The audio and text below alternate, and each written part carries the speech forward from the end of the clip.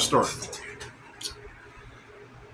The area I work in is there's a lot of Amish people, Mennonite people around it, and it's a fairly medium-sized city here in Ohio.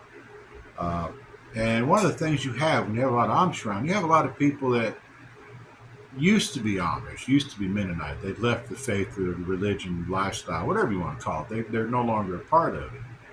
They have Rumschwagen. A lot of people, young people go out from the Amish and they get to experience life on the outside. Some of them run back into the faith and stay there for the rest of their lives. And sometimes some people just decide they're not going to go back. Well, there's one young man I deal with, and again, being raised in that religion, you're going to be rather naive about a lot of things in society. You're just simply not going to know what they are that we take for granted. I mean, things that we see all the time.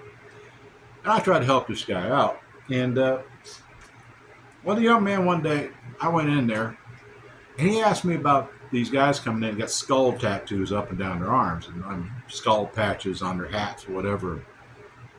He's asking me, is that something? Is that Satanism? I mean, I'm not sure. These seem like nice people, but is that like a sign they worship Satanists? No, it's just decoration. It's just something we think is kind of cool. You know, and our society's decided this, pirates who put the skull and crossbones and they got popular. It's just something that we like. It's just a decoration is all it is. It doesn't mean anything particular as far as that. It's just is what it is. Okay. Well, I went in there one day, and I carry pocket knives and for work and all that, and I have this one here, and I make a little braid thing on the end of it here, a little lanyard, so it's easier to get hold of and hold on to. And here at the end of my lanyard, I have this little bitty plastic bead here. I call that my friend Ishmael. So anyway, I walk in one day, and this is in my pocket, and old Ishmael was hanging outside the pocket. He kind of gets this funny look on his face. He points to Ishmael there, and he goes, "All right, what's that hanging off the side there?"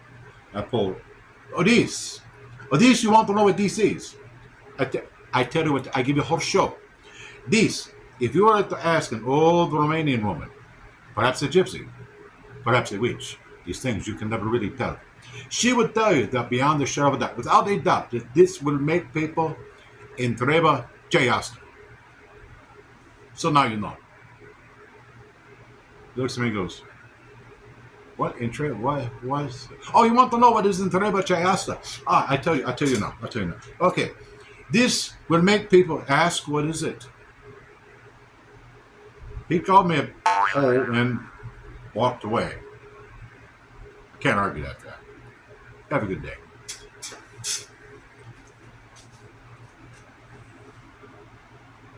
I want to go home. I want to go home.